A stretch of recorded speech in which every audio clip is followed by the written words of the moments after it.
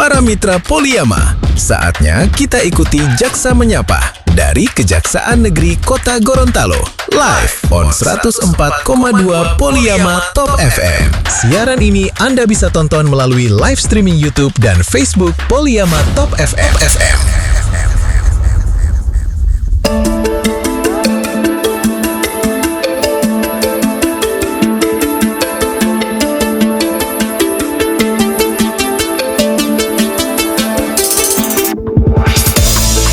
Assalamualaikum warahmatullahi wabarakatuh. Selamat pagi dan selamat beraktivitas untuk seluruh para mitra Poliyama yang saat ini setia bersama kami. Dan kembali di pagi hari ini Diarania menemani pagi Anda dalam program Jaksa Menyapa, sebuah program bincang santai yang terselenggara atas kerjasama Radio Poliyama dengan Kejaksaan Negeri Kota Gorontalo. Dan pastinya selama kurang lebih 60 menit ke depan kita akan berbincang santai seputar dunia hukum, bagaimana tugas dan fungsi dari kejaksaan, serta tentu berbagai peran strategi dari kejaksaan untuk bisa mewujudkan hukum yang profesional, berintegritas, dan tentunya berkeadilan. Dan para mitra Poliyama, ketika kita mendengar kata kejaksaan ya, mungkin sebagian masyarakat langsung teringat pada proses persidangan, atau mungkin kita teringat bagaimana jaksa itu membacakan tuntutan di pengadilan ya. Namun sesungguhnya kejaksaan memiliki sebuah tugas, memiliki sebuah kewenangan yang jauh lebih luas, mulai dari itu penuntutan perkara pidana, kemudian penanganan tindak pidana korupsi, terus juga bagaimana pendampingan hukum ya kepada pemerintah, sampai upaya untuk bisa meningkatkan kesadaran hukum masyarakat. Dan tentunya para mitra Poliyama, untuk membahas hal ini, kita di Jaksa Menyapa mengangkat sebuah tema mengenal lebih dekat Kejaksaan Republik Indonesia. Dan telah hadir bersama kita dua narasumber dari Kejaksaan Negeri Kota Gorontalo. Yang pertama ada Ibu Maharani SHMH. Beliau merupakan Kepala Subseksi 1 Bidang Intelijen Kejaksaan Negeri Kota Gorontalo. Dan yang kedua ada Ibu Siti Aulia Sulaiman SH. Beliau merupakan penelaah penuntutan dan penegakan hukum calon ahli pertama jaksa pada Kejaksaan Negeri Kota Gorontalo. Saya sapa dulu kedua narasumber di pagi hari ini. Assalamualaikum warahmatullahi wabarakatuh. Selamat pagi. Waalaikumsalam. Selamat pagi Kak Ria. Selamat pagi Ibu Maharani. Pagi. Ibu Siti Aulia juga selamat pagi. Luar biasa, begitu cerah dan berbahagia lagi ya, kita kembali bertemu bersua lagi di Jaksa Menyapa untuk pagi ini. Betul Kak Ria, karena antusias kemarin ya. Iya. Jaksa Menyapa, aduh pengen lagi.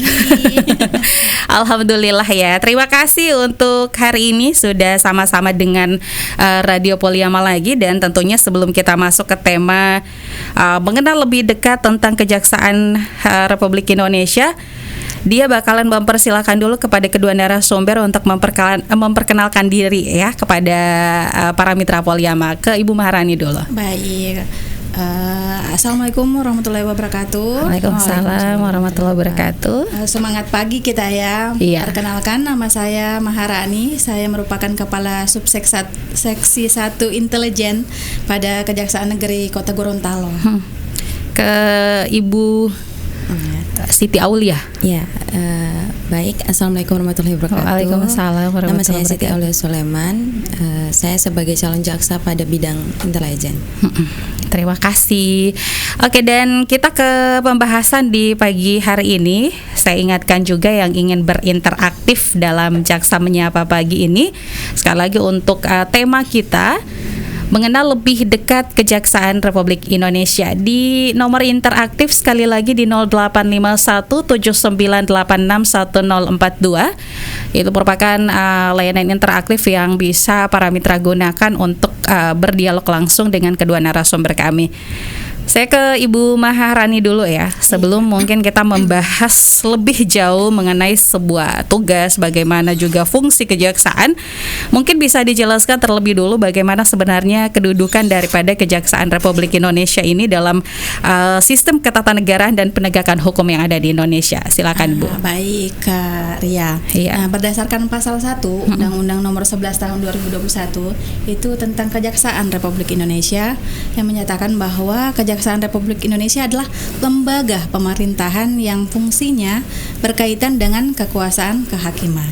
Jadi Karya itu melaksanakan kekuasaan negara di bidang penuntutan serta kewenangan-kewenangan konstitusional secara mandiri, merdeka dan bebas dari pengaruh kekuasaan manapun demi terwujudnya keadilan substansi. Jadi itu ya sebenarnya arti dari Kejaksaan Republik Indonesia ya, seperti itu. Mungkin bisa ditambahkan oleh Bu Siti Aulia terkait mengenal lebih dekat bagaimana kedudukan dari Kejaksaan Republik Indonesia ini setelah tadi Bu Maharani menjelaskan undang-undangnya. Silakan. Ya, kalau Jaksa Agung Republik Indonesia itu ada penuntutan umum tertinggi atau dan JPN berdasarkan pasal 18 Undang-Undang Nomor 11 Tahun 2021. Jaksa Agung bertindak sebagai penuntut umum tertinggi sekaligus jaksa pengacara negara atau JPN, mewakili negara atau pemerintah dalam perkara perdata, tata usaha negara dan ketatanegaraan baik di dalam maupun di luar pengadilan. Sedangkan kuasa hukum Mahkamah Konstitusi itu Jaksa Agung bersama-sama Menteri terikat ditunjuk oleh Presiden untuk bertindak sebagai kuasa sah negara dalam menangani sengketa dan perkara di Mahkamah Konstitusi.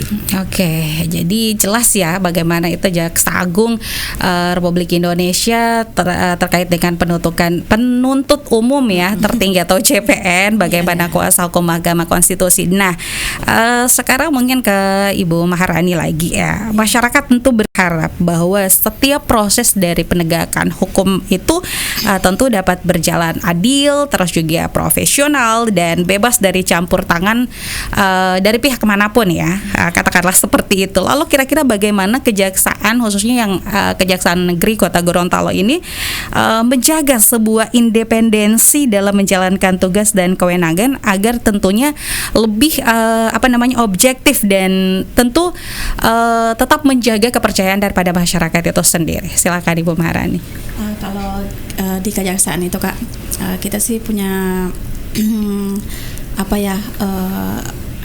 kewajiban untuk menjalankan fungsi berkaitan dengan kekuasaan itu, kekuasaan kehakiman dan melaksanakan kekuasaan negara di bidang penuntutan serta kewenangan lainnya berdasarkan undang-undang itu dengan cara berintegritas. Ada yang namanya Trikrama Adiaksa.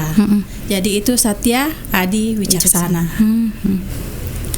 Terus Kak Ria, kadang kan orang seperti Kak Ria nih, kadang bilangnya jaksa, kadang penuntut umum. Iya, betul. Gimana sih cara ngebedainnya? Iya, ya? Betul. Kalau jaksa itu Kak Ria, jaksa adalah pegawai negeri sipil dengan jabatan fungsional yang memiliki kekhususan dan melaksanakan tugas, fungsi dan kewenangannya berdasarkan undang-undang. Jadi yang diberi kewenangan itu jaksa, yang memberikan kewenangan itu undang-undang. Nah, sedangkan penuntut umum adalah jaksa yang diberi kewenangan oleh undang-undang untuk melakukan penuntutan dan melaksanakan penetapan hakim serta wewenang lain berdasarkan undang-undang. Iya, jadi keduanya tetap ada payung hukumnya, tapi beda. Yang jaksa tadi itu adalah khusus ya dalam melaksanakan fungsi dan kewenangannya berdasarkan undang-undang, tapi kalau penuntut umum tadi dia juga adalah jaksa sebenarnya. Oke, ini sangat menarik sekali untuk terus kita perbincangkan, tapi saya juga mencoba untuk bisa mengundang untuk para mitra Poliyama yang ingin berpartisipasi aktif untuk bertanya kepada kedua narasumber hebat kita di pagi hari ini. Ada Ibu Maharani dan Ibu Siti Aulia. Di live chat, di line telepon juga boleh, silakan ikut bergabung. Ini ada pertanyaan. Satu pertanyaan Ibu Maharani dan Ibu Siti Aulia. Ibu Fitri di Kota Timur. Saya mau bertanya, sekarang ini Bu, banyak masyarakat sering mendengar istilah pendampingan hukum yang dilakukan kejaksaan kepada pemerintah daerah. Apakah pendampingan ini berarti kejaksaan melindungi pejabat yang bermasalah? Hati Allah torang penegri ini. Oke, langsung saja dijawab. Oke, baik ya, itu sebenarnya ada di slide kita berikutnya ya Kak. Itu tuh ini merupakan kewenangannya di bidang perdata dan tata usaha negara. Ini salah satu programnya yaitu pendampingan hukum Kak. Bukan dengan pendampingan hukum berarti kita melindungi pemerintah daerah ini. Kita sama-sama nih Kak. Kalau memang itu ada pembangunan di daerah, itu kan ceritanya baik untuk daerah ya Kak ya. Kenapa perlu ada pendampingan hukum? Pendampingan hukumnya pun itu terkait dengan masalah hukum Kak. Jadi untuk masalah teknis pembangunan, untuk anggaran, itu kita tidak bisa masuk di sana Kak. Jadi kita mendampingi itu masalah hukumnya. Kalau terjadi kemudian dalam prosesnya itu ada kemudian pembangunannya tidak sesuai, itu akan diberi masukan oleh bidang teknisnya Kak. Nah, pendampingan hukumnya itu untuk kemudian apabila ada halangan terkait hukum pada saat prosesnya itu, kadang kan seperti ini Kak, ada pembangunan kemudian ternyata tanah itu ada yang klaim, ada sengketa ya. Betul Kak, katanya itu tanah masyarakat. Nah, kita disitulah hukum itu masuk Kak. Nah, pendampingan hukum itu, jadi seperti apa? Apakah tanah ini sudah benar miliknya pemerintah daerah atau ternyata itu masih milik masyarakat? Itu hukum masuk di situ. Cari tahu bagaimana, apakah benar, kita cari di BPN-nya bagaimana, apakah ternyata sudah ada hibah sebelumnya, mungkin dari orang tua, dari masyarakat yang telah menghibahkan. Dan orang tuanya sudah meninggal, anaknya tidak tahu asal usulnya ya. Kan seperti itu ya. Karena itu fakta yang terjadi di lapangan. Bukan berarti kalaupun pemerintah salah, masyarakatnya benar, bukan pendampingannya kepada pemerintah begitu ya, tapi tetap adil ya. Ini kan kenapa didampingi Kak? Supaya sama-sama. Ini untuk masyarakat, kita dampingi lah supaya apa yang dibangun ini bermanfaat untuk masyarakat. Bukan istilahnya kalau masyarakat itu sekarang, mohon maaf Ibu Maharani, berstigma bahwa seakan-akan hukum itu hanya tumpul ke bawah, runcingnya runcing tajamnya ke bawah, tumpulnya ke atas. Berarti belum itu. Pernah dengar Pak Jaksa Agung ini kalau pidato. Sekarang kejaksaan itu tajam ke atas, humanis ke bawah. Oh, humanis lagi ya. Itu sekarang ya. Iya Kak, dari Jaksa Agung menjabat ya Kak. Yang sekarang itu sudah ada program RJ, Restoratif Justice. Iya betul. Bagaimana ini sekarang dengan KUHP baru, ada play bergay. Jadi betul. Sangat humanis lah menurut saya. Iya, kalau saya juga setuju kalau ada RJ itu, supaya tentunya ada kasus-kasus yang mungkin dianggap ringan tidak harus langsung dihukum. Kasihan juga di lapas banyak penuh sama tahanan ya. Kadang kan emosi sesaat Kak. Iya betul. Sebenarnya mereka bersahabat, tapi karena ada sedikit, kemudian betul. Emosi ditambah-tambah bumbu kan Kak, melapor lah. Kemudian ternyata menyadari, saya juga ternyata salah pada saat itu, akhirnya kan bisa di-RJ Kak. Betul ya. Dari kesalahan masing-masing. Namanya manusia ya Kak. Itu KUHP baru ya, RJ ya. Oke, ini sangat menarik lagi dan ada yang mau bergabung di line telepon. Halo, assalamualaikum warahmatullahi wabarakatuh. Waalaikumsalam warahmatullahi wabarakatuh.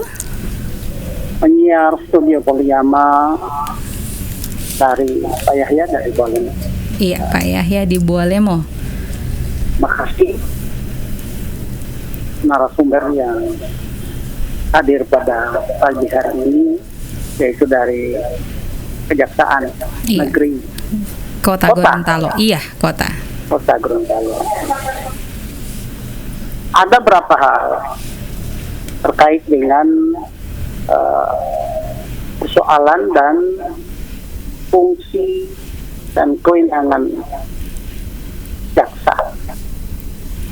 Yang pertama adalah di negeri kita ini marak dengan dua,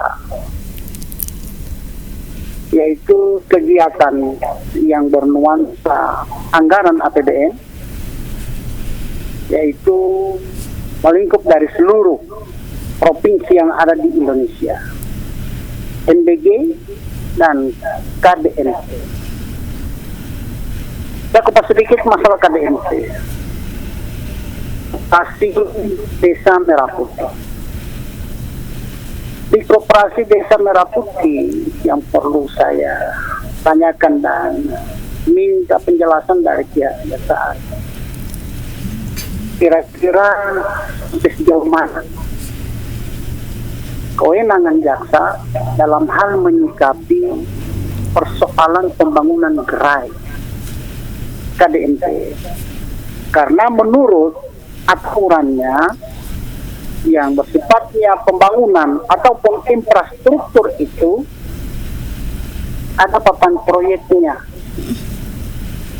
yang sifatnya memperkenalkan bahwa sumber anggarannya dari mana, pelaksananya siapa, dan besaran anggaran berapa. Sampai dengan detik sekarang di Provinsi Gorontalo saya tidak harus menggarisbawahi seluruh, tapi saya ambil yang ada di Provinsi Gorontalo. Dari ujung Bone Belango sampai ujung Pahuaco, saya belum menemukan papan proyek yang terpasang di pembangunan gerai, pembangunan KDNC. Kira-kira sampai sejauh mana peduli perhatian kejaksaan untuk menyikapi ini terkait aturan yang ada? Itu yang pertama. Berikut di NBG, kita belajar dari apa yang jadi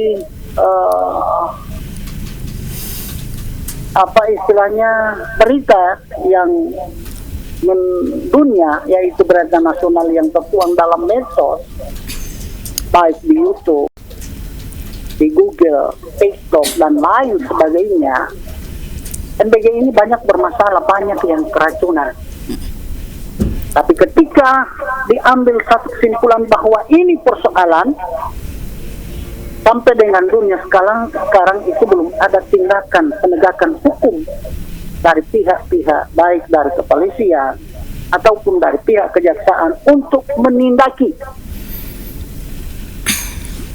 dari mana sumber MBG tadi. Sumber makanan yang menimbulkan keracunan ini kira-kira pusatnya, STPG-nya di mana? Nah, makanya ini yang jadi pertanyaan kita, fungsi dan kewenangan jaksa dari dua hal tadi sampai sejauh mana untuk menseriusi dari faktor yang sudah banyak meresahkan itu. Makasih banyak. Assalamualaikum warahmatullahi wabarakatuh. Terima kasih. Waalaikumsalam warahmatullahi wabarakatuh. Dari Pak Yahya yang ada di Bualemo, menyoroti persoalan program pemerintah ya, dan meminta bagaimana kemudian fungsi dan kewenangan daripada jaksa menyikapi hal ini ya. Tapi kita tahan dulu untuk dijawab karena ada satu penelpon lagi yang mau bergabung. Halo. Halo. Assalamualaikum warahmatullahi wabarakatuh. Waalaikumsalam warahmatullahi wabarakatuh. Ibu narasumber yang saya hormati, Pak Sudirman Panewasudan. Iya, Pak Sudirman, silahkan. Yang pertama, pertanyaan saya pertama adalah apa yang menjadi titik fokus ataupun apa yang menjadi pertimbangan ataupun dan seterusnya terhadap suatu perkara yang bahwa praduga tak bersalah dulu ya yang awalnya, yang kemudian dilakukan penahanan, sehingga pada satu waktu atau pada waktu yang bersamaan yang bersangkutan punya keinginan untuk mengajukan yang namanya, ini mohon maaf kalau saya tidak terlalu ini ya, karena istilah-istilah itu ada yang istilahnya justice collaborator. Kira-kira apa yang menjadi pertimbangan atau para jaksa melihatnya seperti apa itu. Oke. Kewenangan daripada kejaksaan itu untuk melihat itu apakah memang betul-betul bahwa apa yang akan diungkap sebentar nanti itu betul-betul bisa dipercayakan atau bagaimana. Yang kedua, untuk menepis tadi sudah disampaikan juga ya, untuk penegakan hukum yang tumpul ke atas.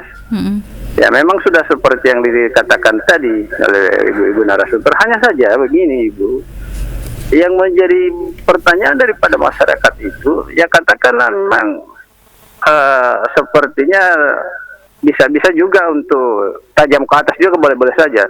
Tetapi dalam suatu saat bahwa apabila orang-orang tertentu yang akan dilakukan penindakan itu kelihatannya agak lamban, bukan tumpul ke atas ya, tapi mungkin penanganannya agak lamban dan bahkan entah berakhir di mana. Contohnya? Contohnya begini, misalnya ada suatu perkara, ini hanya misal saja ya. Suatu perkara yang melibatkan suatu aparat misalnya. Kemudian pada sidang-sidang tertentu bahkan sudah ada ketentuan hukum, ya artinya sudah ada kepastian hukumnya sudah ada, tetapi dalam realita penegakannya misalnya hukumannya sudah dikatakan diketentukan begini dan begitu misalnya, tetapi di sisi lain ternyata realita yang sering muncul itu adalah bahwa yang bersangkutan kemungkinan tidak ada di lapas. Ini yang menjadi bukan dalam artian tumpul ke atas ya, tapi seperti itulah. Kira-kira bagaimana tanggapan dari kedua narasumber supaya kami sebagai masyarakat yang awam ini lebih memahami apa yang menjadi hukum yang ada berlaku di negara kita. Terima kasih. Assalamualaikum warahmatullahi wabarakatuh. Terima kasih. Waalaikumsalam warahmatullahi wabarakatuh. Untuk penelpon kami batasi 2 dulu ya. Jadi mohon maaf yang masih ingin bergabung, nanti kita buka kesempatan kembali. Oke, ke Ibu Maharani tadi pertanyaan Pak Yahya. Pak Yahya di Bualemo. Iya, di Bualemo. Baik, untuk pertanyaan pertama terkait papan proyek ya, untuk Kopdes Koperasi Desa Merah Putih. Itu sebenarnya Pak, untuk apabila seperti Bapak ini mengetahui tadi kan ada informasi ya Bu, terkait ada dari ujung Bonemolango sampai ujung Pohuato yang katanya tidak ada papan proyek. Informasi dari masyarakat seperti inilah yang kami butuhkan kan. Bisa Bapak melapor ke kepolisian atau ke kejaksaan kalau dalam prosesnya ternyata tidak ada papan proyek, kalau perlu dengan bukti.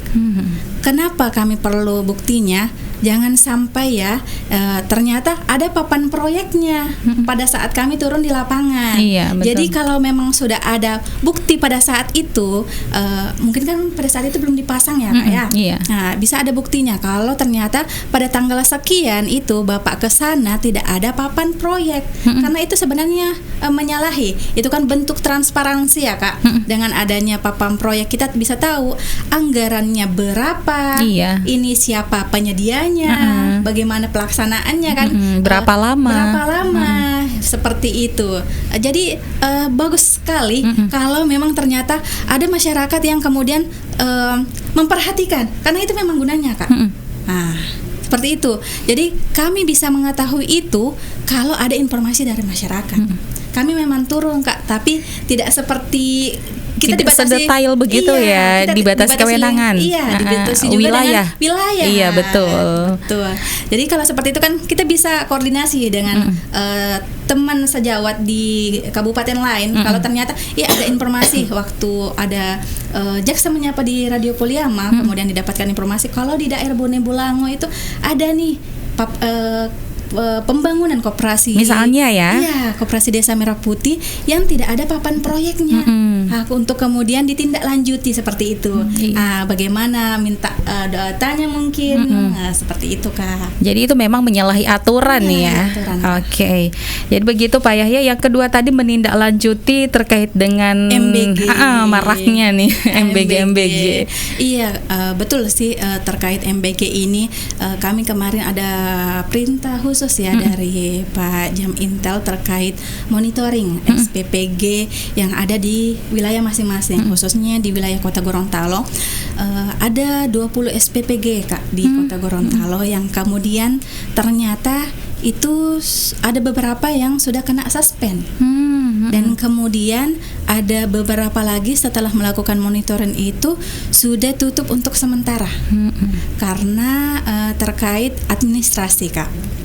Jadi kami tuh ada perintah khusus lah Kak seperti itu untuk kemudian bagaimana sih program SPPG ini apakah berjalan sebagaimana mestinya? Iya. Terus penerima manfaat iya, bagaimana? Apakah sesuai dengan jumlahnya? Karena ada kemudian syarat-syaratnya Kak. Iya betul.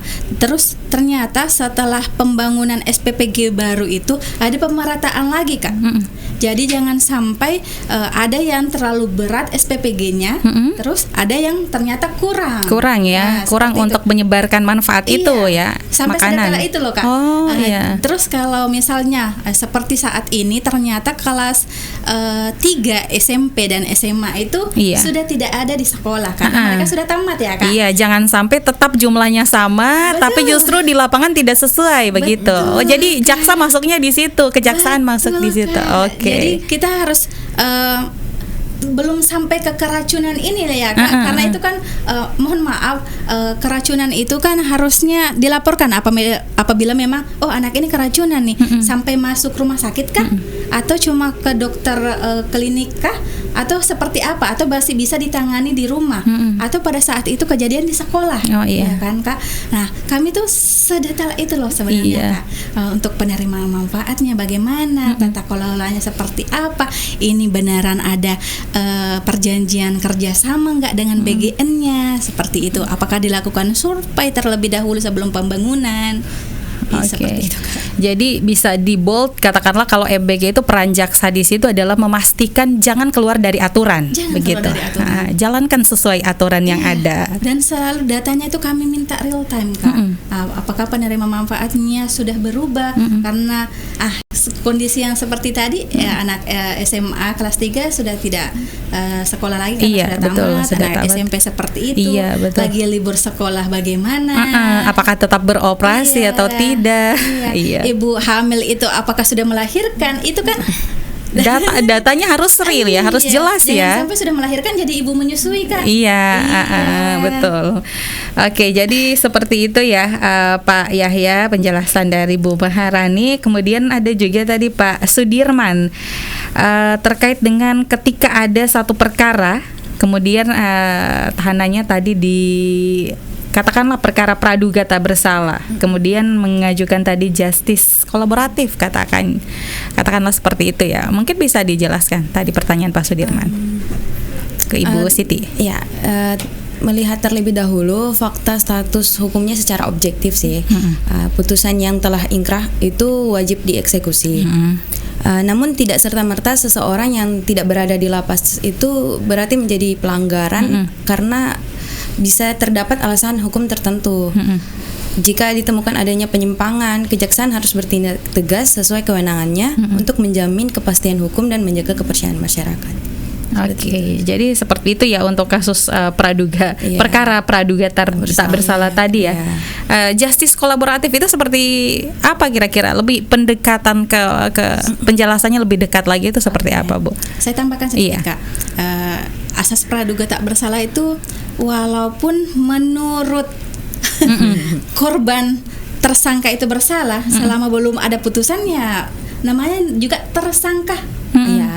Terdakwa nanti setelah ada putusan namanya terpidana Kak. Saking asas praduga tak bersalah. Jadi tidak langsung label Kak. Seperti itu. Nah, untuk justice kolaborator ini misalnya Kak, dia tuh mengetahui dirinya itu bersalah. Tapi karena ada itikat baik, dia ingin membantu proses penyidikan ini berjalan lancar tanpa hambatan untuk mengetahui siapa saja yang terlibat, bagaimana prosesnya, itu justice kolaborator Kak. Dan itu akan ada penilaian khusus dari penuntut umum bagaimana sih dalam prosesnya ini, dia justice kolaboratornya seperti apa. Oke. Dan tadi juga ditambahkan pertanyaan kedua dari Pak Sudirman tadi, penegakan hukum ya, yang katanya tadi tajam ke atas, ke bawahnya humanis begitu ya. Iya. Sama kayak tadi kata Pak Sudirman ya, terkait dia tidak ada di lapas. Kalau ada yang seperti itu Pak Sudirman, segera laporkan. Kalau memang Pak Sudirman mempunyai bukti, sangat saya sarankan untuk dilaporkan. Karena keadaan seperti ini Pak Sudirman, ada beberapa tersangka yang kemudian dia itu tidak ditahan. Mungkin ancaman pidananya di bawah 5 tahun. Ya, itu tidak ditahan, Kak. Terus kemudian dia adalah anak. Mungkin tahanannya. Jadi dia tidak ditahan. Dan kemudian dia mengajukan penangguhan penahanan. Jadi ada beberapa faktor. Terus tahanan itu bukan cuma tahanan rutan, ada tahanan kota. Oh, rutan. Kan ada tahanan rutan, tahanan terus kota, tahanan rumah. Nah, seperti itu. Jadi ada beberapa, itulah perannya kita ya, untuk memberitahu kalau kadang, loh kok dia nggak ditahan padahal kan diproses, padahal dia tahanan kota. Iya. Misalnya kan tahanan kota. Mungkin melihat, kok dia enak, mungkin 2 orang nih ya Kak. Iya. Mungkin 2 orang, yang satu ditahan, satu tidak. Iya. Yang satu mengajukan tahanan kota, yang satu tidak. Iya. Ini kan nanti pada saat prosesnya kelihatannya berbeda ya. Iya. Tapi pada saat putusan akan kelihatan berbeda pula. Jadi yang tahanan rutan tadi yang mungkin ya Kak, ancaman pidananya 1 tahun, dia diputusnya 1 tahun pula, dia sudah menjalani yang kemudian prosesnya selama penyidikan, proses penuntutan persidangan itu sudah memakan waktu 3 bulan. Jadi ada berapa bulan lagi? Kalau misalnya putusannya 1 tahun, berarti ada 9 bulan lagi yang harus dia jalani. Sedangkan ini tahanan kota nih Kak. Tahanan kota kan 1/3 ya. Nah, jadi kalau misalnya dia baru menjalani kemarin tahanan kota itu 3 bulan, itu kan 90 hari dibagi 3 nih Kak. Jadi dia seperti dianggapnya 1 bulan lebih. Jadi dia harus menjalani 11 bulan lagi. Kondisi yang seperti tadi ya, anak SMA kelas 3 sudah tidak sekolah lagi karena sudah tamat. Anak SMP seperti itu. Lagi libur sekolah bagaimana? Apakah tetap beroperasi atau tidak? Ibu hamil itu apakah sudah melahirkan? Itu kan datanya harus real ya, harus jelas ya. Sampai sudah melahirkan jadi ibu menyusui Kak. Betul. Oke, jadi seperti itu ya Pak Yahya, penjelasan dari Bu Maharani. Kemudian ada juga tadi Pak Sudirman terkait dengan ketika ada satu perkara, kemudian tahanannya tadi katakanlah perkara praduga tak bersalah, kemudian mengajukan tadi justice kolaboratif, katakanlah seperti itu ya. Mungkin bisa dijelaskan tadi pertanyaan Pak Sudirman ke Ibu Siti. Ya, melihat terlebih dahulu fakta status hukumnya secara objektif sih. Putusan yang telah ingkrah itu wajib dieksekusi. Namun tidak serta-merta seseorang yang tidak berada di lapas itu berarti menjadi pelanggaran karena bisa terdapat alasan hukum tertentu. Jika ditemukan adanya penyimpangan, kejaksaan harus bertindak tegas sesuai kewenangannya untuk menjamin kepastian hukum dan menjaga kepercayaan masyarakat. Oke, jadi seperti itu ya untuk kasus praduga, perkara praduga tak bersalah tadi ya. Justice kolaboratif itu seperti apa kira-kira? Lebih pendekatan ke penjelasannya lebih dekat lagi itu seperti apa, Bu? Saya tambahkan sedikit Kak. Asas praduga tak bersalah itu walaupun menurut korban tersangka itu bersalah, selama belum ada putusannya namanya juga tersangka. Terdakwa nanti setelah ada putusan namanya terpidana Kak. Saking asas praduga tak bersalah. Iya. Jadi tidak langsung label Kak. Seperti itu. Nah, untuk justice kolaborator ini misalnya Kak, dia tuh mengetahui dirinya itu bersalah. Tapi karena ada itikat baik, dia ingin membantu proses penyidikan ini berjalan lancar tanpa hambatan untuk mengetahui siapa saja yang terlibat, bagaimana prosesnya, itu justice kolaborator Kak. Dan itu akan ada penilaian khusus dari penuntut umum bagaimana sih dalam prosesnya ini, dia justice kolaboratornya seperti apa. Oke. Dan tadi juga ditambahkan pertanyaan kedua dari Pak Sudirman tadi, penegakan hukum ya, yang katanya tadi tajam ke atas, ke bawahnya humanis begitu ya. Iya. Sama kayak tadi kata Pak Sudirman ya, terkait dia tidak ada di lapas. Kalau ada yang seperti itu Pak Sudirman, segera laporkan. Kalau memang Pak Sudirman mempunyai bukti, sangat saya sarankan untuk dilaporkan. Karena kadang seperti ini Pak Sudirman, ada beberapa tersangka yang kemudian dia itu tidak ditahan. Mungkin ancaman pidananya di bawah 5 tahun, ya itu tidak ditahan Kak. Terus kemudian dia adalah anak, mungkin tahanannya, jadi dia tidak ditahan. Dan kemudian dia mengajukan penangguhan penahanan. Jadi ada beberapa faktor. Terus tahanan itu bukan cuma tahanan rutan, ada tahanan kota. Oh, rutan. Kan ada tahanan rutan, tahanan terus kota, tahanan rumah. Nah, seperti itu. Jadi ada beberapa, itulah perannya kita Kak, untuk memberitahu kalau kadang, loh kok dia nggak ditahan padahal kan diproses, padahal dia tahanan kota. Iya. Misalnya kan tahanan kota. Mungkin melihat, kok dia enak, mungkin 2 orang nih ya Kak. Iya. Mungkin 2 orang, yang satu ditahan, satu tidak. Iya. Yang satu mengajukan tahanan kota, yang satu tidak. Iya. Ini kan nanti pada saat prosesnya kelihatannya berbeda ya. Iya.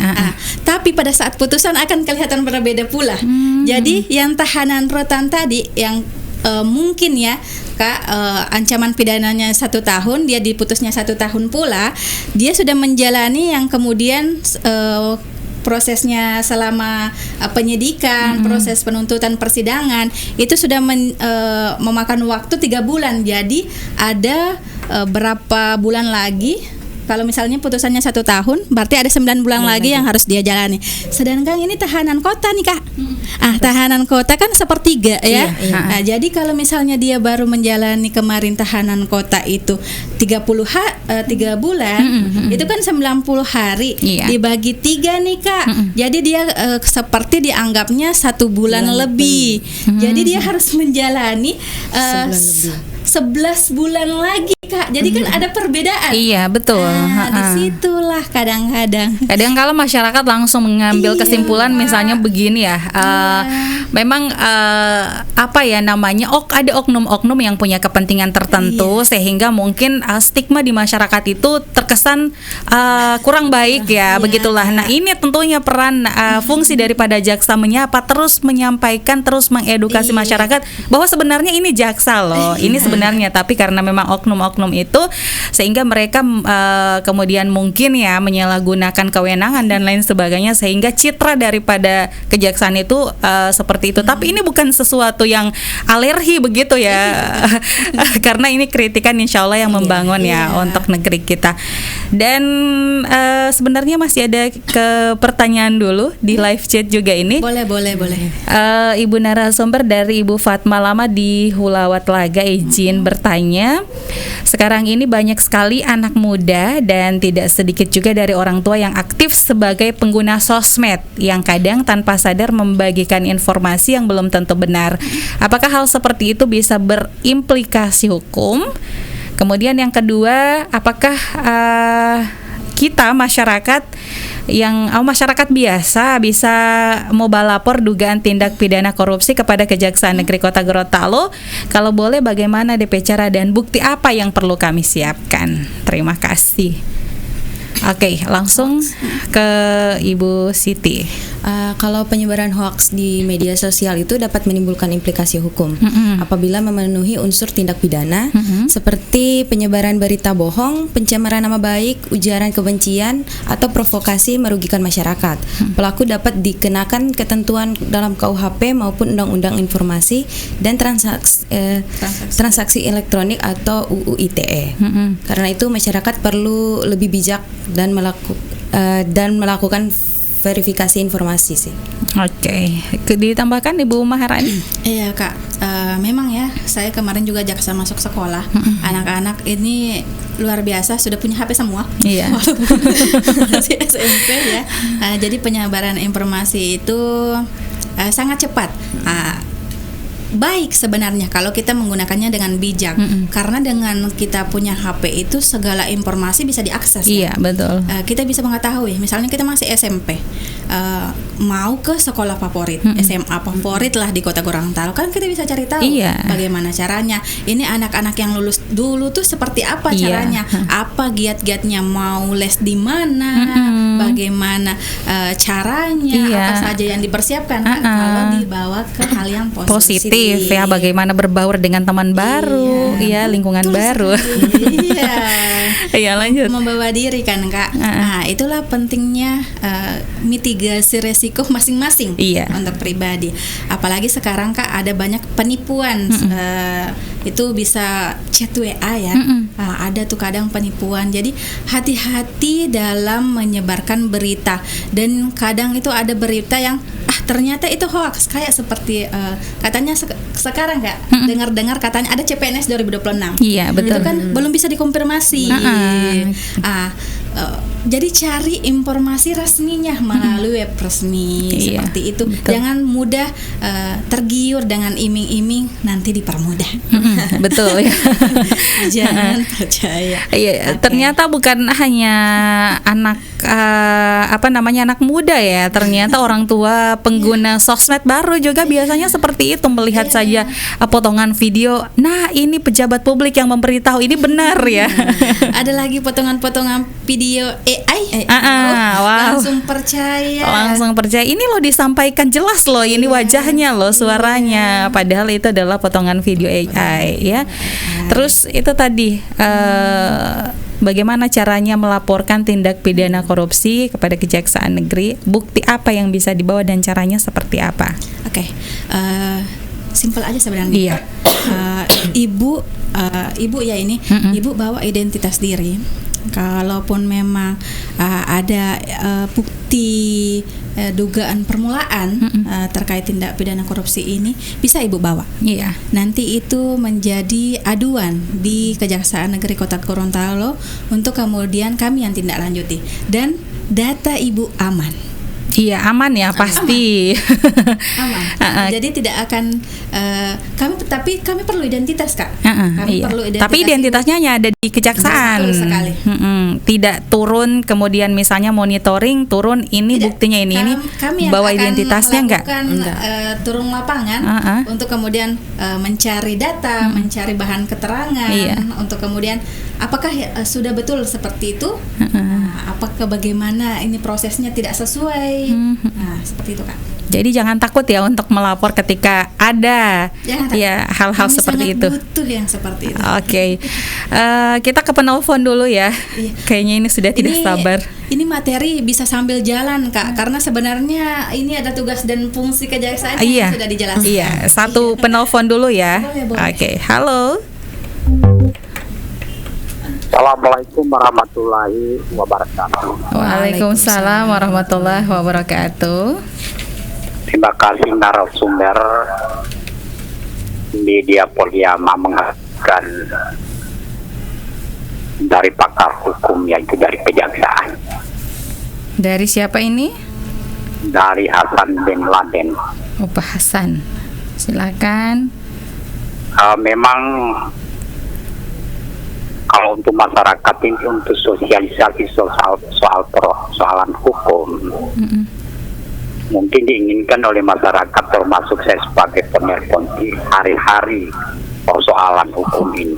Kalau melihat persoalan hukum di negeri kita ini, Pak, tadi sudah disampaikan, ada tumpul di atas, tajam di bawah, dan seperti itu yang jalan. Saya bukan di daerah saya, secara nasional ini, Pak, Ibu narasumber. Karena tadi ada pertanyaan dari Pak Sudirman bahwa ukuran pelaporan itu ukurannya berapa hari. Nah, kalau persoalan secara nasional ini, Pak, Bu, hanya sekertas selembar saja, lama proses, Bu. Sampai itu diuji publik persoalan hukum ini, yang teriak hampir semua publik tajam di bawah, tumpul di atas. Karena ada yang dibandingkan satu daerah pimpinan persoalan kertas selembar ditunjukkan itu cepat. Nah, masuk disampaikan yang dinilai oleh masyarakat tumpul di atas. Sebenarnya Poliyama menghabiskan narasumber ini bukan hanya 1 jam, banyak penelpon kalau soal persoalan hukum narasumber. Iya. Tadi juga disentil juga persoalan makanan bergizi.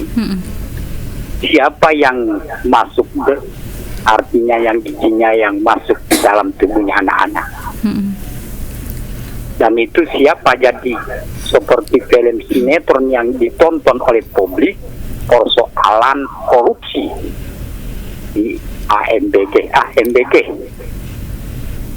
Karena MBG itu makanan bergizi gratis, tapi kalau melihat secara nasional persoalan untuk keracunan, Presiden membuat satu tim. Tetapi tim untuk yaitu pengawasan korupsi mungkin diabaikan. Maka ledakan di media pemberitaan nasional 1,1 triliun. Dan diperlihatkan juga kendaraan harganya 42 juta, maka peningkatannya 52 juta. Pertanyaannya? Ini yang ini, Bu. Iya.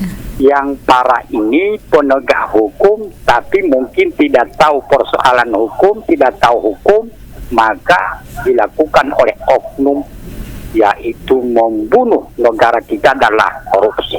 Iya. Yang lebih parah sebenarnya banyak yang saya sampaikan, banyak. Kenapa mahasiswa huru-hara sampai ada yang korban menuntut? Karena ada diskusi di media, Pak, tidak jadi ricu, yaitu diskusi tentang Pancasila. Pancasila bukan seperti kami sebagai petani yang melanggar, tapi yang melanggar itu adalah petinggi-petinggi yang bersusun-susun detailnya, tetapi melanggar hukum, Pak. Tadi juga ada pernyataan tentang aturan di media sosial ini. Ada wajah. Saya melihat ada seorang pemuda dari UGM, Tio Ardianto. Tapi saya mau lihat juga ada yang sudah mantan pidana mengkritik Tio. Kapan generasi muda? Padahal beliau itu generasi muda yang pintar memperbaiki negara ini. Tapi dikritik yang sudah melanggar. Ada tokoh nasional menyampaikan yang sudah melanggar hukum, terutama korupsi, tidak perlu tampil di media. Sudah melanggar kok. Kan begitu. Jadi persoalan hukum media sosial ini dinilai oleh publik itu tidak berwibawa di negara ini. Ada seorang pejabat diganti kepalanya kepala hewan. Saya sudah. Ada yang pejabat-pejabat tinggi bukan lagi masyarakat biasa yang saling tuding menuding, dan itu persoalan politik. Karena mungkin saya mundur dulu dari udara. Cuman kalau boleh ditambah ini waktu kalau persoalan hukum, Pak. Terima kasih Pak Hasan. Terima kasih. Assalamualaikum warahmatullahi wabarakatuh. Waalaikumsalam warahmatullahi wabarakatuh. Kalau saya melihat ini Bu Maharani, ini bentuk curhat dan sebuah keresahan sebenarnya ya sebagai masyarakat biasa. Kenapa hukum di Indonesia seperti ini? Karena dia melihatnya itu secara nasional. Bahkan dikasih contoh tadi seorang mahasiswa justru itu dikritik melanggar apa yang dia sampaikan. Mungkin langsung dijawab, kemudian kita kembali lagi ke materi. Seperti ini ya Kak, saya duduk di sini bersama Aulia ini bukan karena kami yang paling paham. Kita sama-sama belajar apa yang kita alami saat ini, pembelajaran buat saya juga. saya menganalogikan diri saya sendiri saja. Mungkin saat ini saya bisa bilang tidak ya. Waktu saya mahasiswa, tidak nih saya menentang pemerintah, gitu, seperti itu. Tapi pada saat saya sudah di sini dengan punya power, mungkin saya akan berbeda, ya kan Kak? Iya. Apalagi kalau seperti yang Bapak Hasan katakan, kenapa pejabat sekarang yang dulunya dia itu mahasiswa pintar dari sana, dari UI, dari apa universitas negeri terbaik, kenapa kemudian dia menjadi koruptor? Itu yang akan terjadi kalau misalnya, ya bayangkan Kak, kalau mungkin 1,1 M ada di depan mata saat ini, manusia biasa Kak ya, kita tidak membenarkan itu, tapi bagaimana kita mengontrol diri? Nah itulah yang kadang-kadang kan Kak, tidak bisa kemudian, wah integritasnya sudah goyang itu Kak. Iya, manusia biasa yang sebenarnya tidak bisa seharusnya, tidak boleh sesuai aturannya itu tidak bisa seperti itu. Tapi ya itulah yang terjadi saat ini. Sampai sekarang ada yang mengatakan anak saya nggak perlu kuliah di UI, nggak perlu kuliah di UGM, nggak perlu sekolah tinggi-tinggi, sudah ternyata ada hasilnya seperti itu. Wah, tidak seperti itu Kak, karena ada juga kan sarjana dari kampus terbaik UI, UGM yang kemudian masih berdiri tegak dengan integritasnya sekarang. Apa yang dia bawa, apa yang dia tanamkan dari dulu, mungkin dari ajaran agama orang tuanya, masih dia pegang teguh sampai saat ini. Itu kan oknum Pak. Oknum. Jadi ya, tidak bisa menyamaratakan. Intinya kontrol diri. Kontrol diri masing-masing. Lepas kontrol ya. Iya Kak. Oke. Dan jadi seperti itu. Tapi juga ada tadi pertanyaan dari live chat. Ini siapa tadi? Bu Fatma Lama yang ada di Telaga. Oke. Tadi katanya ini sepertinya tadi udah dijawab ya, tindak pidana korupsi seperti apa yang perlu dibawa dan Oke, kita lanjut lagi dulu ke materi sebelum kita membuka kesempatan lagi. Materi sudah sampai mana? Oke, tentu banyak masyarakat yang mengenal Kejaksaan Negeri Kota Gorontalo. Namun mungkin mereka belum mengenal bagaimana struktur kejaksaan dari pusat sampai ke daerah. Jadi struktur Kejaksaan RI sampai ke Kejaksaan Negeri Kota Gorontalo itu seperti apa? Ke Ibu Aulia? Bagian di kejaksaan itu ada apa aja? Yang pertama itu ada Kejaksaan Agung RI kelas 1B non Z. Yang kedua ada wakilnya Kejaksaan Agung RI. Di bawahnya ada staf ahli, ada 6 orang. Ada asisten jaksa agung, ada tenaga ahli, dan di bawahnya lagi ada jam pembinaan, jam intelijen, jam pidum, jam pitsus, jam datun, ada jam pitmil, pidana militer, ada jamwas, ada badiklat, dan BPA aset. Dan yang paling bawahnya lagi ada Kejaksaan Tinggi dan ada Kejaksaan Negeri. Sampai di Kota Gorontalo ya. Untuk instansi vertikal dari Kejaksaan RI bagaimana Bu Maharani? Oke, Kak, itu kan tadi Kejaksaan Tinggi ya. Kejaksaan Tinggi kan itu di provinsi Kak. Jadi setiap provinsi itu punya satu Kejaksaan Tinggi. Jadi ada total 34 Kejaksaan Tinggi di Indonesia. Untuk Kejaksaan Negerinya Kak itu di setiap kabupaten. Kabupaten kota. Nah, jumlahnya sekarang itu ada 446. Se-Indonesia. Seluruh Indonesia. Itu banyak ya. Iya, Kejaksaan Negeri maupun cabang Kejaksaan Negeri. Oke, Kak. Nah, Kejaksaan Tinggi Gorontalo ini di provinsi Kak. Nah, Kejaksaan Negeri Kota Gorontalo di kabupatennya.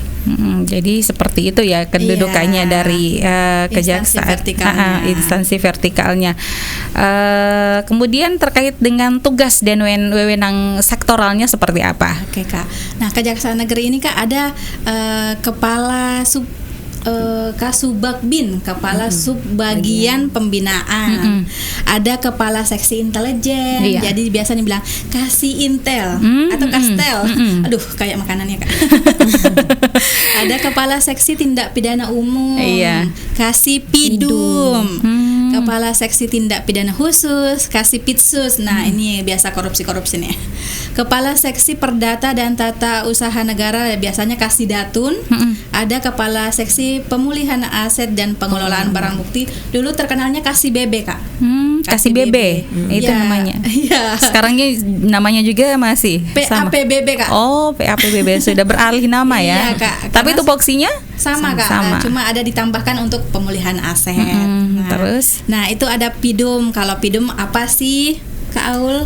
Kalau PIDUM itu ada pra penuntutan, ada penuntutan, eksekusi penetapan atau putusan hakim dalam perkara pidana umum reguler.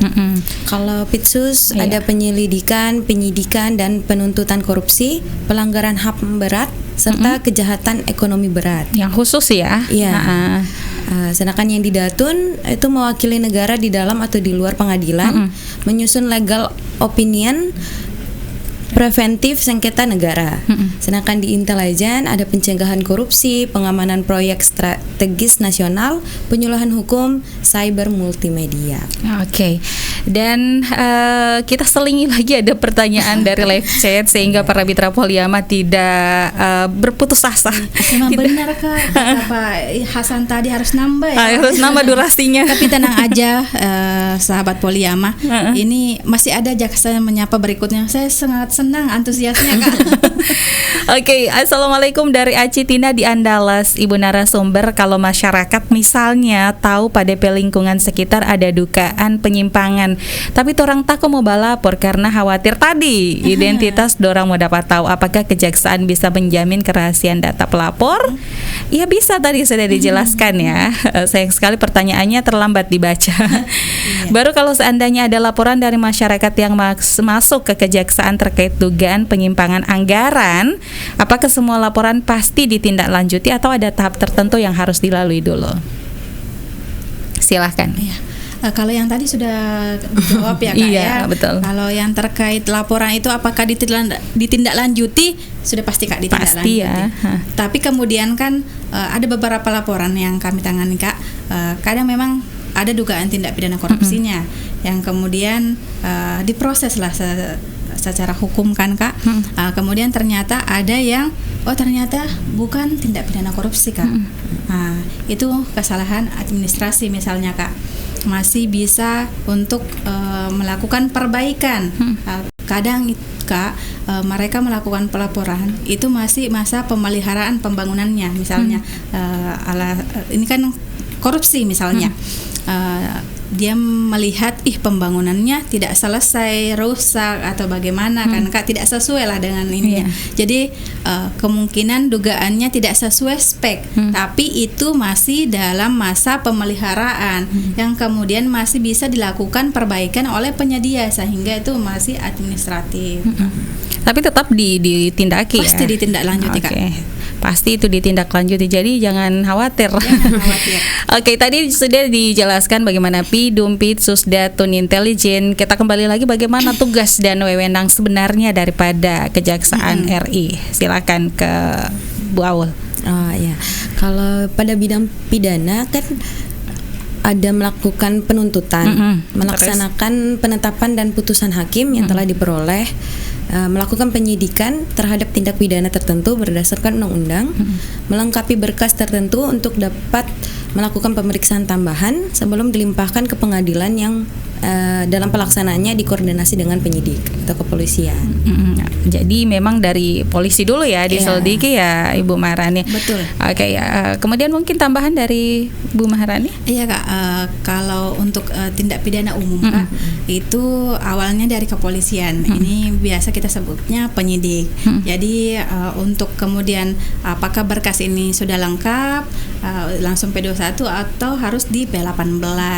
Sedangkan kalau untuk melakukan penyidikan seperti kan sebenarnya kita jaksa penuntut umum nih, Kak. Iya. Untuk melakukan penuntutan, tapi jaksa diberikan kewenangan untuk melakukan penyidikan. Untuk tindak pidana tertentu termasuk korupsi. Ini berdasarkan undang-undang, Kak, diberikan kewenangan untuk melakukan penyidikan. Oke.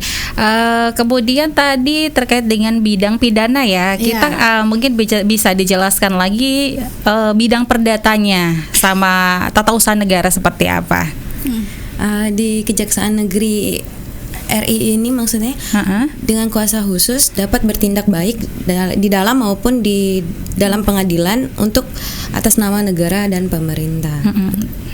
Kemudian untuk bidang ketertiban dan ketentraman umum, atau mungkin bisa ditambahkan dulu terkait dengan perdata dan tata usaha negara. Nah, kalau untuk bidang perdata dan tata usaha negara ini yang tadi Kak, ada pendampingan hukum yang kemudian bisa membuat legal opinion.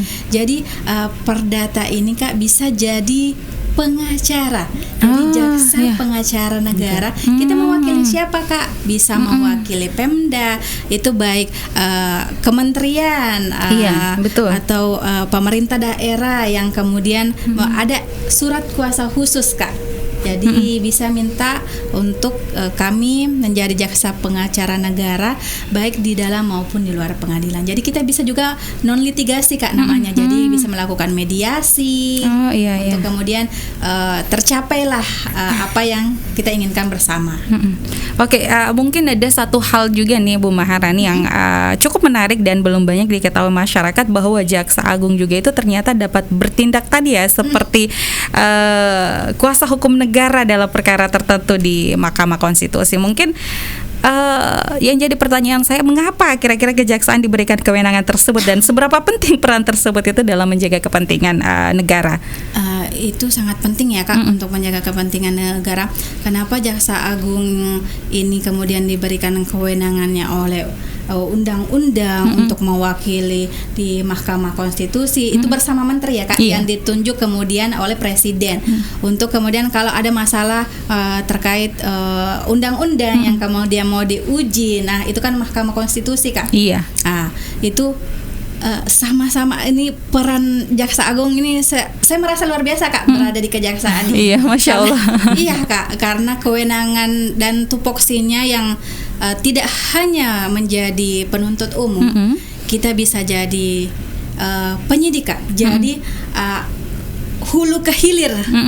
Jadi dari penyelidikan Kak, penyidikan, penuntutan, kemudian dalam proses persidangan, setelah persidangan pun eksekusi itu jaksa yang melakukan eksekusi Kak. Jadi namanya jaksa eksekutor. Jadi barang bukti ini mau diapakan, berapa dendanya, terpidana ini di pidana berapa lama, dendanya juga berapa, ini barang buktinya harus dikembalikan atau ini dirampas untuk negara atau dimusnahkan. Jadi luar biasa sekali kewenangan kejaksaan ini Kak. Tapi itu lagi yang kurang kontrol diri sih sebenarnya yang mencederai citra daripada kejaksaan itu sendiri ya. Oke, tadi setelah dijelaskan bagaimana bidang perdata dan tata usaha negara, kita ke bidang ketertiban dulu dan ketentraman umum. Tentunya ini juga perlu dipahami oleh masyarakat. Ke Bu Aul. Ya, pada bidang ketertiban dan ketentraman umum itu yang pertama peningkatan kesadaran hukum masyarakat, yang kedua pengamanan kebijakan penegakan hukum, dan yang ketiga pengawasan pengedaran barang cetakan, pengawasan aliran kepercayaan yang dapat membahayakan masyarakat dan negara, pencegahan penyalahgunaan atau penodaan agama, dan yang terakhir penelitian dan pengembangan hukum serta statistik kriminal. Oke, bagaimana itu Ibu Maharani? Nah ini Kak, ini terkait ketertiban dan ketentraman hukum ya. Ini meningkatkan kesadaran hukum masyarakat seperti yang tadi saya jelaskan. Kadang masyarakat tidak tahu nih tahanan itu ada berapa jenis nih Kak. Inilah gunanya dengan jaksa menyapa, jaksa masuk sekolah, penerangan hukum, itulah yang dilakukan oleh kejaksaan Kak. Ada juga yang terkait aliran kepercayaan. Jadi di bidang intelijen tuh ada yang namanya pengawasan aliran kepercayaan Kak. Jadi kita tidak langsung melabeli Kak kalau ini tuh tidak sesuai dengan syariat. Jadi kita menggandeng beberapa instansi yang bisa memberikan masukan terkait apakah ini tuh tidak sesuai dengan ajaran Islam misalnya Kak. Apakah ini ternyata dia sudah melanggar nih 10 ketentuan MUI yang kemudian bisa untuk kemudian ditindaklanjuti, Kak. Oke. Seperti itu. Dan pertanyaan berikut, mungkin kita sering mendengar ada kata intelijen. Kalau intelijen itu biasa masyarakat membayangkan, wah ini akan gimana nih? Wah, intel banget. Serem ya.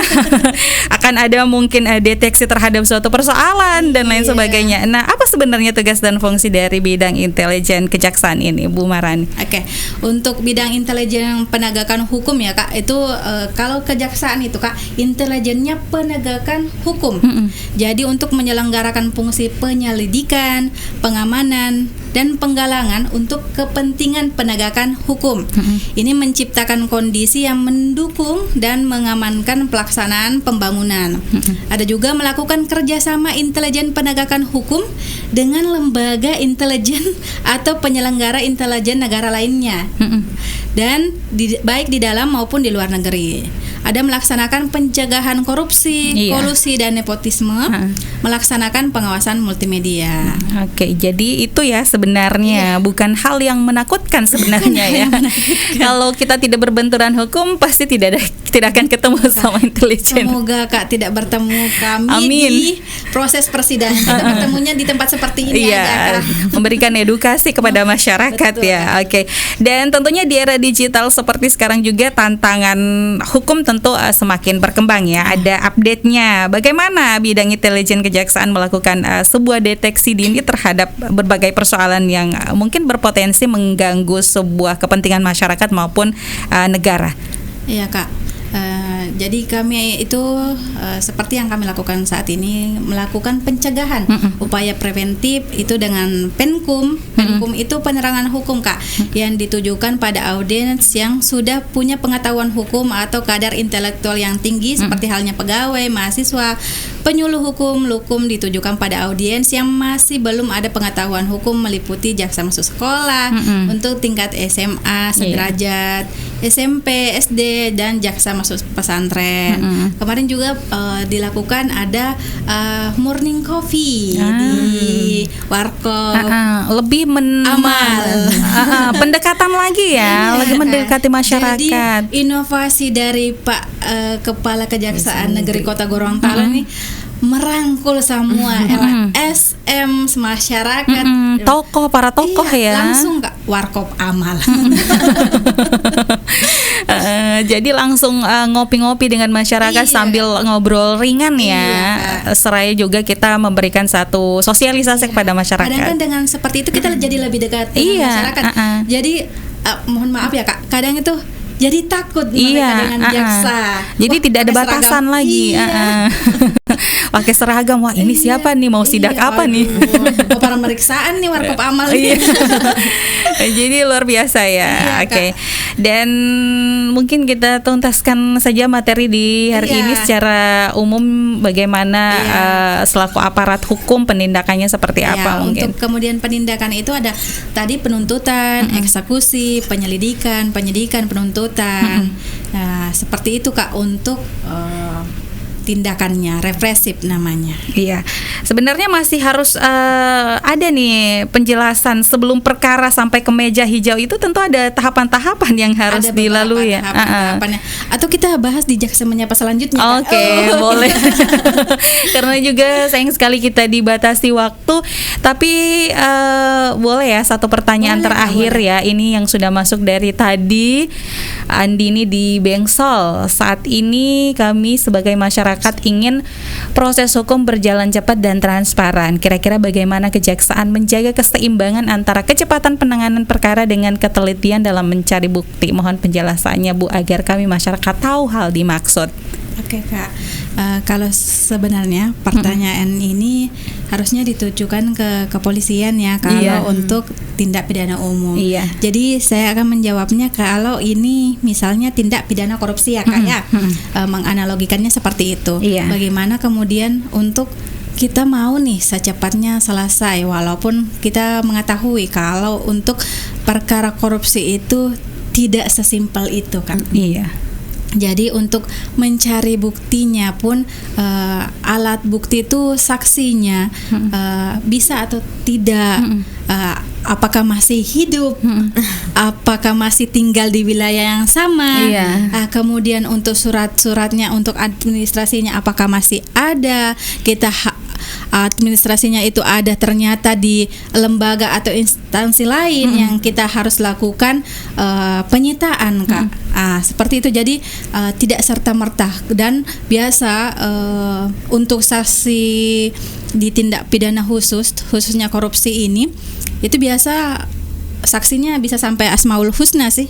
99 ya. 99. Bisa lebih banyak bahkan, Kak. Iya, digenapkan aja Bu 100. Iya, Kak. Oke, sebelum kita mengakhiri dialog pagi ini, saya mungkin ingin kedua narasumber yang hebat di pagi hari ini memberikan sebuah pesan sebagai closing statement terkait dengan pembahasan kita di Jaksa Menyapa pagi hari ini. Harapan apa mungkin ya dari Kejaksaan Negeri Kota Gorontalo kepada masyarakat agar tentunya mari kita sama-sama membangun budaya sadar hukum dan bagaimana kita mendukung sebuah penegakan hukum yang berkeadilan khususnya di Kota Gorontalo. Silakan. Oke, baik. Saya menyampaikan apresiasi ya, Kak, yang sangat luar biasa untuk sahabat Poliyama yang sampai saat ini ternyata selalu menunggu-nunggu ya. Kapan sih Jaksa Menyapa dari Kejaksaan Negeri Kota Gorontalo pun kemudian ayo ditambah lagi Jaksa Menyapanya. Waktu durasinya ditambah lagi. Iya, Jaksa Menyapanya kan ini udah yang kedua ya, Kak. Iya, sama-sama di tahun ini. Iya, untuk selanjutnya ayo Jaksa Menyapa lagi ditambah kuota Jaksa Menyapanya. Iya. Luar biasa ya, Kak, yang saya rasakan di sini. Saya senang sebenarnya, Kak, dengan seperti ini. Saya dulu keinginannya tuh menjadi dosen. Jadi ternyata dengan masuk kejaksaan saya bisa mengajar anak-anak. Iya, betul. Bisa kemudian masyarakat, bukan untuk menggurui, Kak. Iya. Untuk sama-sama belajar. Yang kemudian apabila ada yang benar dari yang saya sampaikan, untuk kemudian bisa menjadi hal positif. Ya, untuk menjadi contoh. Atau kalau ada yang kurang berkenan, saya mohon maaf. Untuk selanjutnya saya harap masyarakat apabila ada informasi terkait tindak pidana di lingkungan sekitar, karena masyarakatlah yang paling merasakan dampaknya ya. Iya, betul. Untuk kemudian jangan takut untuk melaporkan ke kepolisian dan ke kejaksaan. Itu laporan masyarakat itu akan ditindaklanjuti secara transparansi, dan data-data identitas pelapor itu dirahasiakan. Oke, jadi aman ya. Jadi aman, jangan takut. Oke, ke Ibu Aul. Untuk masyarakat ya, semoga kita bisa lebih peduli dan sadar hukum, bijak menggunakan media sosial, pintar dalam memilih informasi yang kita terima dan yang akan kita sebarkan, seperti itu. Mari kita melindungi diri kita dengan sadar hukum. Oke, terima kasih banyak ya. Jadi para mitra, sayang sekali waktu kita sudah lebih dari 1 jam ini ternyata, dan kebersamaan kita dalam program Jaksa Menyapa sudah sampai di penghujung acara. Banyak informasi sih sebenarnya, banyak juga wawasan yang telah kita peroleh di pagi hari ini, mulai dari mengenal kedudukan Kejaksaan RI, terus peran Jaksa Agung, fungsi intelijen kejaksaan seperti apa, banyak penegakan hukum di negeri kita ini seperti apa, terus juga bagaimana cara mewujudkan sebuah keadilan di negeri, sudah banyak disampaikan tadi oleh kedua narasumber. Dan sekali lagi terima kasih kami ucapkan untuk kedua narasumber kerjasama dengan Kejaksaan Negeri Kota Gorontalo, untuk Ibu Maharani SHMH selaku Kepala Subseksi 1 Bidang Intelijen Kejaksaan Negeri Kota Gorontalo, terima kasih, dan juga Ibu Siti Aulia Sulaiman SH, Peneliti Penuntutan dan Penegakan Hukum Calon Ahli Pertama Jaksa pada Kejaksaan Negeri Kota Gorontalo. Terima kasih atas kesediaannya hadir dan berbagi informasi kepada seluruh para mitra Poliyama melalui Jaksa Menyapa pagi ini. Saya Dia Rania, mewakili seluruh kru yang bertugas, mohon undur diri. Selamat pagi, selamat beraktivitas, dan kita berjumpa lagi pada Jaksa Menyapa selanjutnya. Assalamualaikum warahmatullahi wabarakatuh. Para mitra Poliyama, demikian telah kita ikuti Jaksa Menyapa dari Kejaksaan Negeri Kota Gorontalo, live on 104,2 Poliyama Top FM.